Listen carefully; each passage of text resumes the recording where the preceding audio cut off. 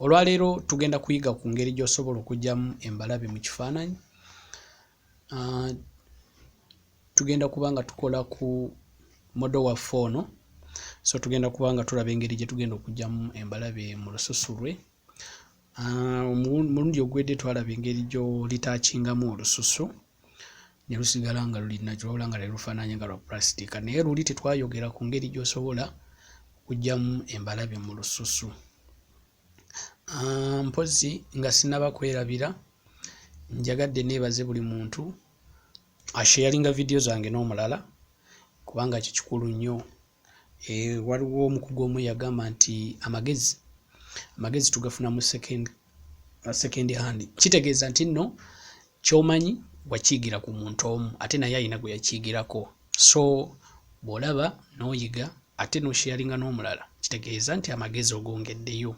Katonda yekka yalina amagezi mu first hand, ye yasookerwako.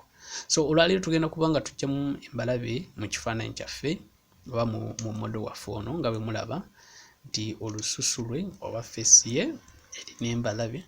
Tugenda kuba tulaba engeri gye tumuddaabirizamu ate naye anyirire, then oluvannyuma ate tukole kali akasembayo tulitaakinga olususu.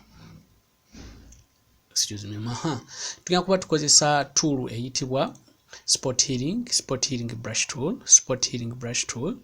Yes, zino tools zonna zisobola okuyambako okulitaakinga olususu oba okujja embalabe mu lususu. Tusooke n'esooka. Esooka ekola automatic nti bw'ojja oba ogiselectinze, gwe kyokola kiba kimu kugenda ng'okirikinga ku buli mbalabe buli mbalabe weeri ogikirikingako, bukirikinze mulundi gumu ebisigadde nga byekola automatic. Eno tool esooka ekola bulungi naddala ng'ekifaananyi kirina embalabe entono, naye ku muntu alina embalabe empitirivu bw'eti ojja kwesiŋŋaana nga tugeze bw'okirikinga ku mbalabe ng'eno tevuddeewo oba nga ofunyeeko ne effect oba effect olwo olaba olwassaako ekiyinza okunyiiza ne kikwanooyinga n'ogamba nti ate kyeka eyo tool tekola bulungi. Naye ku muntu waffe ono nga bw'afaanana tuba tugenda kukozesa tool ey'okubiri. Yes, jjukira zino tool okuziraba onyigawo, that is left clicking, onyigawo n'olwawo then ne zipopinga out. Bwe zipopinga out then no selecting. Njagala tuselecting healing brush tool ey'okubiri tulabe yo bwekola. Eno yo bwekola nti tugenda kuddira ekitundu ku mubiri gwe tukikoppe ate tubeeko we tukipestinga era ku mubiri gwe. Kwegamba y'engeri yokka gye tuyinza okumuggyamu embalabe naye nga tetukozesezza kintu kirala kyawala, naye nga tukozesezza lususu lwe lwennyini. Mpozi wano kwono ye tulina embalabe n'ebizigiro. Okay?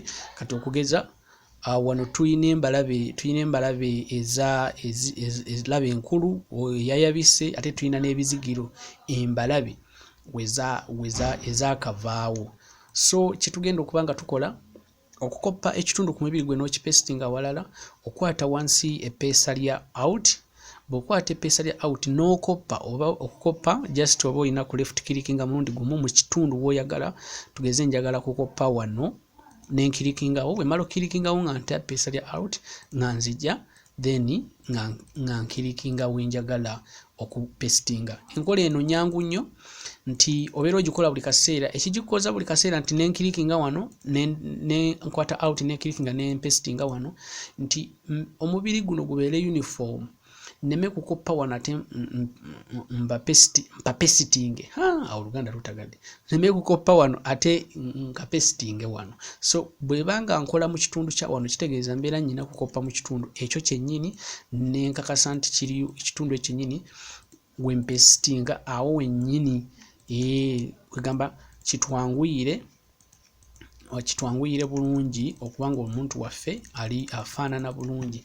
So katukole ku ekyo tukakase nti serebu waffe modo waffe ono tumuddaabiriza olususu, ebizigiro n'embalabe byonna tubeere nga tubiggyamu mpola mpola.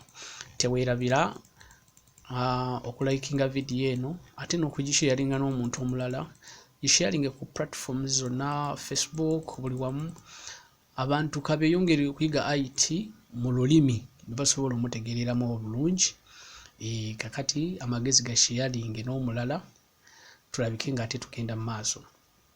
Mpozi n'ekirala ensonga nti maze okulaga tool process eno erwawo, ekyamazima process erwawo kubanga oba oli mu kulitachinga muntu nti olina okuba perfect, olina okuba precise, teweetaaga kupapa, kiwa obudde. Buli lwokola oba olina okuzoominga out n'ozoominga in, bw'olabawo walinga awasigalidde, please ddayo okwatewo okakase nti nno ebintu oli perfect, okay? Yes, olina okuba nga oli perfect kubanga omuntu gw'oli mu kukolako abeera ayina olususu lwe balina okuba nga ye yennyini ate nga olususu lwe lukyanyirira. So kyenkusaba kiba kimu nti oba olina okiwa obudde, obeera teweetaaga kupapa, era kyova olaba nga ebiseera ebisinga kati ebifaananyi nga bino birya ku budde bw'oba ogenda kubyeditinga, nti olina okukimanya nti nno okukiritakinga olususu nakwo kujja kulyamu ku budde, naddala okusooka okumugyamu ku mbalabe.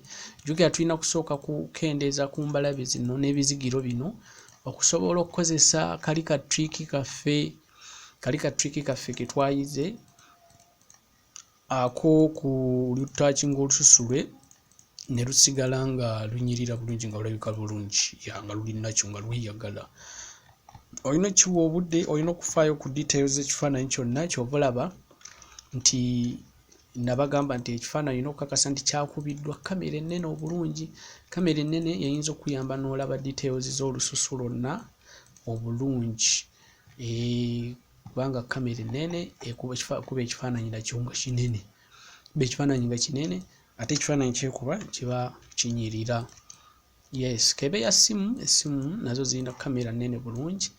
So wano w'omanyira nti wagula ssimu kikaaki, wagula buli wendi nkufuna oba wagula tekinologi. Naye nga ku lw'obudde process eno ngenda giddusaamu olw'ensonga nti bwe ngirekako, bwe tuba tugenda kukikola mpaka nga siddusizaamu mu vidiyo eno, oba tuyinza n'okumalawo essaawa 2, ate nga essaawa 2 ku budde bwe tubeera nayo obudde buba butono nnyo. So process eno ngenda kugiddusa kakati kyenkana nga tunaatera okumala, tunaatera okumaliriza modo waffe okumulitakinga olususu. Nga bwe nagambye nti kitwala ku budde, ate olina okuba perfect, almost perfect, kubanga wano oba okola magic olina okukakasa nti ekintu kyekyo. So olina okiwa obudde, olina okukiweera ddala nno obudde obumala,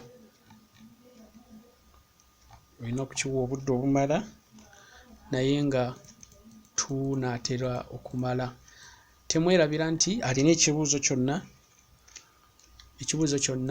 okirekewo wansi awo mu comment section, ate nja kubeera nga nkuddamu butereevu. Buli alina ekibuuzo nkusaba okiteeke wansi awo mu comment section, ate bwe tunaaba tukomyewo ndabike nga nkuddamu bulungi. Kansuubire nti enkola eno enaakuyamba. Nkuwadde enkola 2. Enkola esooka kyekyo ekifaananyi oba omuntu ng'alina embalabe entono nga ziringa 3 mu feesi, ate tojjamu bu beauty spot. Abamu bamanyi okukaayanira bu beauty spot bwabwe, era babeera ne bu beauty spot obwa black. Spots obwo obwa black oba nga si bungi, waliwo ababa ne kawaali, abakawaali buba kumu, naye beauty spot kayinza okuba nga 1, buyinza okuba ku mumwa, kayinza okuba ku kisige waggulu, oba teweetaaga kubugyamu kubanga ebiseera ebisinga obwo ate bukola nga identity y'omuntu. nti abalaba ku kifaananyi kibaga nti ono ye gundi, ono ye Austin. Kakati Austin bw'aba alina beauty spot ye kiba kikola makulu kwe kugijjawo maama, ne bw'oba okola editing nnyo ate beauty spot yo oli lwaki obeera ogitagaza. So kiba kikulu nnyo beauty spot yo oli n'ogirekawo n'olitaakinga ebirala ebikulu, kubanga embalabe omuntu asobola okugiraba nti eyo ki mbalabe. Ndowooza awo tuli waddeko ne modo waffe. Yajjukira nti nabagambye nti oyinza obutazijjaamu zonna. Ojjukira tulinayo ka step kali ak'okulitaakinga olususu luno. Kati ka step ako oluusi katuyambako ebimu ebiba bisigalidde okubuulira mu step eyo. Katuyambirako ddala. Kyova olaba nti saagala kwonoona budde bungi, naye ng'era yo process etwalira ddala obudde naddala ku muntu nga olususu embalabe alina mpitirivu saako ebizigiro. Naye nga bwe tutuuse awo ndowooza ne bwe tugenda mu maaso ne twapulayinga process yaffe eri ey'okunyiriza olususu, omuntu waffe ajja kuvaayo nga anyirira bulungi. Bukyalimuko obuzigiro obutonotono, naye nga kinkakasa nti bwe tunaaviira mu process eri obwo obuzigiro bujja kuba buvuddemu. No paying attention ku details, kubanga buli wamu kiba kikulu nnyo nga ofuddeyoko okwetegerezaawo. So wano we tutuuse kye tugenda okukola, tugenda kukozesa process yaffe eri. Ndowooza kati waddeko embalabe tuziggyemu, nenkwadde mukyalimuko obuzigiro obutonotono. Naye nga si bw'amaanyi nga ekifaananyi bwe kyabadde. Kati kye tugenda okukola okukozesa enkola yaffe eri eritaakinga olususu. Mu nkola eno ejja tuyambako okulaba nga nti n'obuzigiro obulabika nga obuyinza okuba nga busigalidde, ate mu nkola eno tebuddamu kulabikako wadde.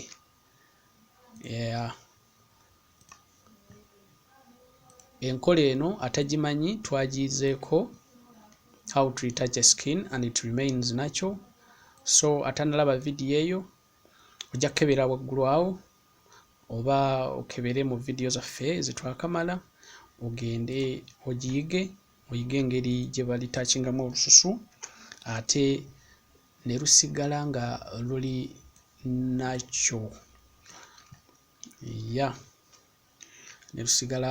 nakyo.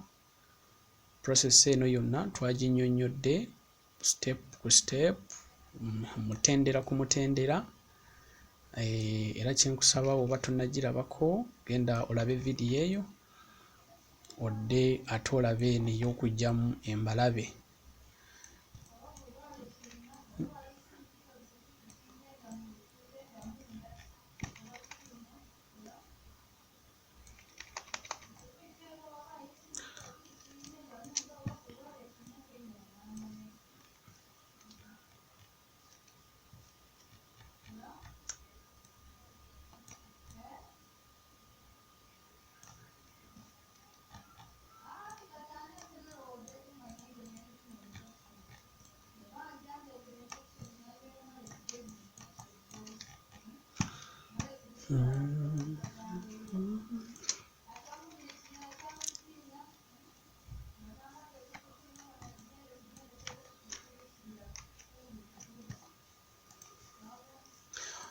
So nkwebaza nnyo okulaba ekyo kye tusobodde okukola olunaku lwaffe olw'olwaleero. Tusobodde okujja embalabe mu modo waffe okuva ku ngeri wano bwadde afaanana mpaka wano.